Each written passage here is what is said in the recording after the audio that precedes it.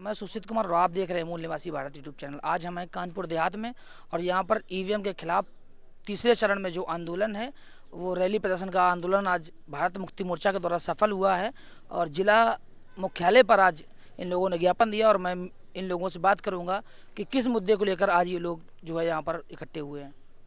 क्या नाम है सर आपका? रमन कठेरिया। तो आप लोग ईवीएम को लेकर के यहाँ पर धरना प्रदर्शन या रैली जो भी कर रहे हैं, क्या मसला है पूरा ये बताइए। ईवीएम से हमारे देश में निष्पक्ष चुनाव नहीं होता है।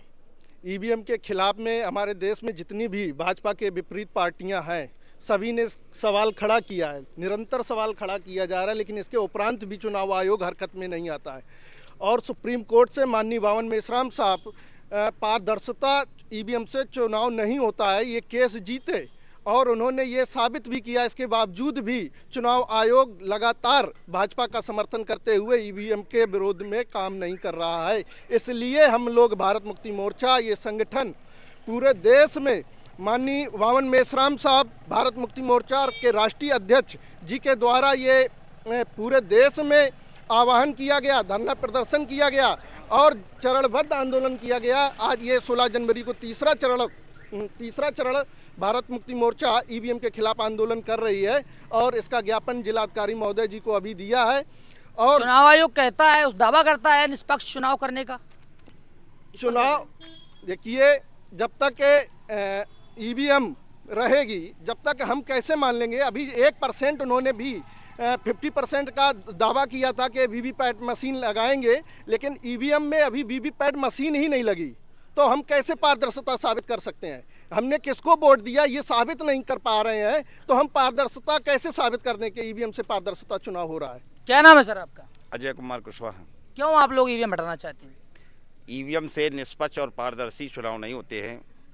2013 में जबकि सुप्रीम कोर्ट ने यह फैसला दिया था कि ईवीएम से निष्पक्ष और पारदर्शी चुनाव नहीं हो सकते, फिर भी चुनाव आयोग अपनी जिद पे अड़ा हुआ है और वो जो है अपने ईवीएम मशीन से ही वोट करवाना चाहता है और वीवीपैट होने के बावजूद भी उसकी पर्चियों की गिनती भी नहीं करता है और पर्चियों की ना गिनती करते हुए वो अपना आज भी वही एजेंडा पारित किए हुए है, क्योंकि हम लोगों को इसको पारदर्शिता नहीं दिखता नहीं चुनाव है कि कैसा वोट कब हमने डाला कहाँ गया। जब तक हमें इस चीज़ की पारदर्शिता नहीं होती इसी तरीके से आंदोलन और आगे चलता रहेगा। और भारत के अन्य संगठन कितने आप लोगों के साथ समर्थन में हैं? भारत के करीब 68 संगठन हमारे साथ इस समय काम कर रहे हैं। तो आपको क्या लगता है चुनाव आयोग ईवीएम पर मानेगा कि नहीं मानेगा? चुनाव आयोग मानेगा। हम लोग इसी तरीके से अगर इसी तरीके से अपना आगे के लिए काम करते रहे तो चुनाव आयोग को इस चीज़ को मानना पड़ेगा, क्योंकि ये जन आंदोलन, ये जन का अधिकार की बात है, ये किसी गैर की वैसे बात नहीं है, ये तो आम जन की बात है। जब आम जन आवाज़ उठाता है तो चुनाव आयोग क्या सबको पीछे हटना पड़ता है? ये आम जन की बात है और चुनाव आयोग को झुकना ही पड़ेगा। हम लोग और आगे अभी ये कार्रवाई करेंगे। अभी दिल्ली जाना हमें 31 तारीख को, 31 जनवरी को, और दिल्ली में 5 लाख लोग हम लोग इस चुनाव आयोग का घेराव करेंगे। चुनाव आयोग मानेगा, अगर नहीं मानेगा तो इससे आगे की और हमारी प्रतिक्रिया वहाँ। क्या नाम है सर आपका? हमारा नाम श्रीपाल भारती। क्या करना चाहेंगे ईवीएम पर? अब ईवीएम पर पारदर्शिता होनी चाहिए। जैसे वीवीपैट लगाया गया, वीवीपैट की पर्ची जो कट के लोगों ने सलाह दी कि कट के कैंडिडेट को दी जाए, फिर वो बक्से में डाली जाए और उस पर्ची का मिलान और उससे मिलान हो जाए तो पारदर्शिता आ जाएगी।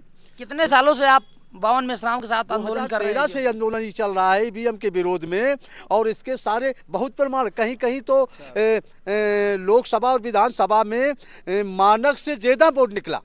करीब 10 साल आपको आंदोलन चलाते हो गया, लेकिन ईवीएम पर चुनाव आयोग क्यों नहीं टसक मसक रहा है? अब चूंकि सत्ता जिसकी होती है वो किसी बात को लेकर के दुनिया के सारे देशों ने, जर्मन, जापान और अमेरिका जैसे देशों ने, विकसित जो देश है दुनिया में, उन्होंने एक बार ईवीएम से चुनाव कराया और दोबारा वहाँ खत्म करके बैलेट पेपर से चुनाव कर दिया। आपके पास क्या सबूत है कि ईवीएम घोटाला करती है? मेरा नाम विष्णु कुमार खटीक है, जिला प्रभारी बहुजन मुक्ति पार्टी कानपुर देहात से।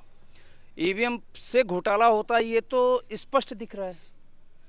वीवीपैट मशीन से निकलने वाली पर्ची और ईवीएम की इलेक्ट्रॉनिक काउंट का मिलान ना करना, ये सबसे बड़ा सबूत है घोटाला होता है। अगर पर्ची का और वीवीपैट मशीन का काउंट का मिलान कर दिया जाए 100% तो घोटाला पकड़ जाएगा। दूसरी चीज़ ये है कि वोटर को ये पता ही नहीं रहता है कि हमने वोट किसको दिया। इससे ये सिद्ध हो रहा है कि वोटर का जो वोट राइट है वो उस वोट राइट को शून्य करने के लिए ईवीएम मशीन लाए गए भारत में। इसमें बहुजन मुक्ति पार्टी भारत मुक्ति मोर्चा का समर्थन करती है, ईवीएम का विरोध करती है, पूरी ताकत से विरोध करेगी और 31 जनवरी को 2024 को दिल्ली में बहुजन मुक्ति पार्टी भारी संख्या में पहुंचेगी और इस आंदोलन को मजबूती प्रदान करेगी। हमारे साथ युवा भी हैं, क्या नाम है सर आपका? मेरा नाम शिवम गौतम है। मैं एक ठेके का टीचर हूँ। तो इस समय जो आज हमारी सारी लड़ाइयाँ हैं, हमारी लड़ाई है रोटी कपड़ा मकान की लड़ाई नहीं, हमारी लड़ाई है रोजगार, शिक्षा और हमारे युवाओं को जो आज समस्याएं हैं। तो उसका मेन प्रॉब्लम यही है कि आज जो ये बड़े पैमाने पे चाहे हमारे प्रोफेसर हों, चाहे किसान हो, चाहे हमारी जनता हो, इनको सबको अगर बाहर किया जा रहा है तो उसकी मेन ताकत ईवीएम है। आज उस समय मनुस्मृति चलती थी, आज मनुस्मृति के रूप में ईवीएम का काम चल रहा है। इसका अगर आपको उदाहरण देखना है 2019 में जो वाराणसी में चुनाव हुआ था, वहाँ पूरी वाराणसी में 11.5 लाख वोटिंग थी, लेकिन वहाँ पर वोट खुलने के बाद 12.5 लाख वोट निकला था। आप समझिए कि कितने बड़े पैमाने पे वोट की चोरी और घपला हो रहा है। तो हमारी लड़ाई जब तक हम लोग इस ईवीएम को नहीं हटाएंगे तो हमारे युवा और हमारे भाई, हमारे किसान वर्ग ऐसे ही बाहर होता रहेगा। इसलिए हमारी लड़ाई 31 जनवरी को बड़े पैमाने पर दिल्ली में धरना प्रदर्शन है, आंदोलन है। अगर हमारी ये लड़ाई नहीं सुनी गई तो हम लोग इसे बड़े पैमाने पर मजबूत करने का काम करेंगे। तो हम एक बात कहना चाहते हैं कि जुल्म के साए में लब खोलेगा कौन, जुल्म के साए में लब खोलेगा कौन। अगर हम नहीं बोलेंगे तो बोलेगा कौन, हम नहीं बोलेंगे तो बोलेगा कौन। हमारे बीच जो आज ईवीएम की लड़ाई है, तो हम अपने युवा साथियों से यही यहाँ से ऐलान करना चाहते हैं। हम एक प्राइवेट ठेके पे टीचर थे, हमको स्कूल से बाहर कर दिया गया। इसका मेन कारण यही है क्योंकि उनके पास एक मनुस्मृति के रूप में ईवीएम है। ये ब्राह्मणवादी व्यवस्थाओं के आधार पे अगर हम लोग अपनी आवाज़ को बुलंद नहीं करेंगे, ईवीएम को नहीं हटाएंगे, तो आज लक्ष्मण यादव को हटाया गया, दीतू सिंह को हटाया गया, शिवम गौतम को हटाया गया, ऐसे सभी युवाओं को रोड पे करने का काम करेंगे। तो हमारी बात, तो हम यही सभी युवाओं से अपने गुजारिश करना चाहते हैं कि आप लोग ईवीएम के विरोध में, चाहे कोई पार्टी, चाहे कोई संगठन, आप लोगों को उनके साथ में अपने झंडे डंडे के साथ में खड़े होना है। क्योंकि कांसीराम साहब की एक बात जरूर याद रखिएगा, बुलेट और बैलेट की तैयारी हमें बड़े पैमाने पे करनी है। और हमारे साथ, क्या नाम है सर आपका? मेरा नाम अंशु पाल है। आप ईवीएम को क्यों हटाना चाहते हैं? आज जो भी समस्याएं हैं भारत में, चाहे किसानों की समस्या हो, चाहे नौजवानों की समस्या हो, चाहे युवाओं की समस्या हो, चाहे कर्मचारियों की समस्या हो, सारी समस्याओं की जड़ ईवीएम मशीन है। कैसे आप कह सकते हैं कि ईवीएम मशीन ही ये सब कुछ करती है? क्योंकि ईवीएम मशीन से इस देश में फ्री, फेयर एंड ट्रांसपेरेंट चुनाव नहीं हो रहा है। ये ऑलरेडी 8 अक्टूबर सन 2013 का सुप्रीम कोर्ट का ही जजमेंट है। सरकार तो कह रही है कि ईवीएम में कोई घोटाला नहीं होता। अगर उन्होंने आपके ऊपर कोई केस कर दिया फिर क्या करेंगे? देखिए, सरकार और चुनाव आयोग दो ही व्यक्ति इस देश में कह रहे हैं ईवीएम में कोई घोटाला नहीं होता है। बाद बाकी जितनी भी रीजनल पार्टियां हैं, सामाजिक संगठन है और भारत की जो भी जनता है, वो सब आज की तारीख में ईवीएम के विरोध में है। और चुनाव आयोग और जो देश में भारतीय जनता पार्टी की सरकार है, दो ही व्यक्ति इस देश में ईवीएम पे भरोसा कर रहे हैं। और ईवीएम से रही बात घोटाले की, तो एक नहीं 1 लाख सबूत हैं। वानी वामन मेश्राम जी के पास 1 लाख सबूत है ईवीएम के विरोध में, और उन्होंने सुप्रीम कोर्ट में मुकदमा भी जीता ईवीएम के विरोध में।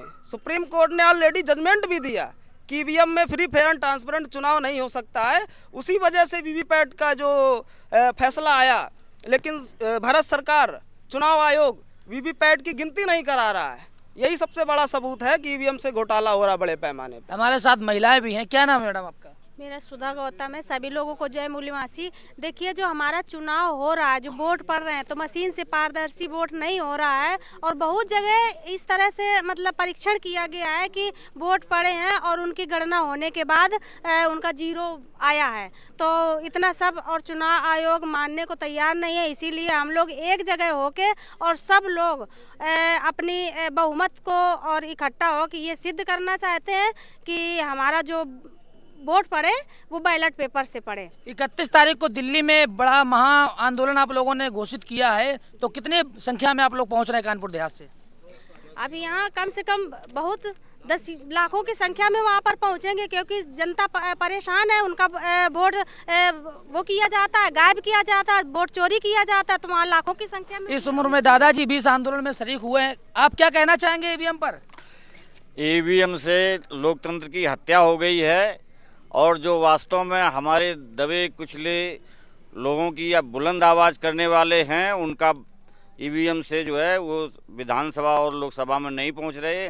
वास्तव में हमारे प्रतिनिधि जो जिनको हम चुनना चाहते हैं, वो हमारा प्रतिनिधि ना तो लोकसभा में पहुंच रहा है ना विधानसभा में पहुंच रहा है। इसीलिए हम ईवीएम का विरोध कर रहे हैं। 31 तारीख को दिल्ली पहुंच रहे हैं आप?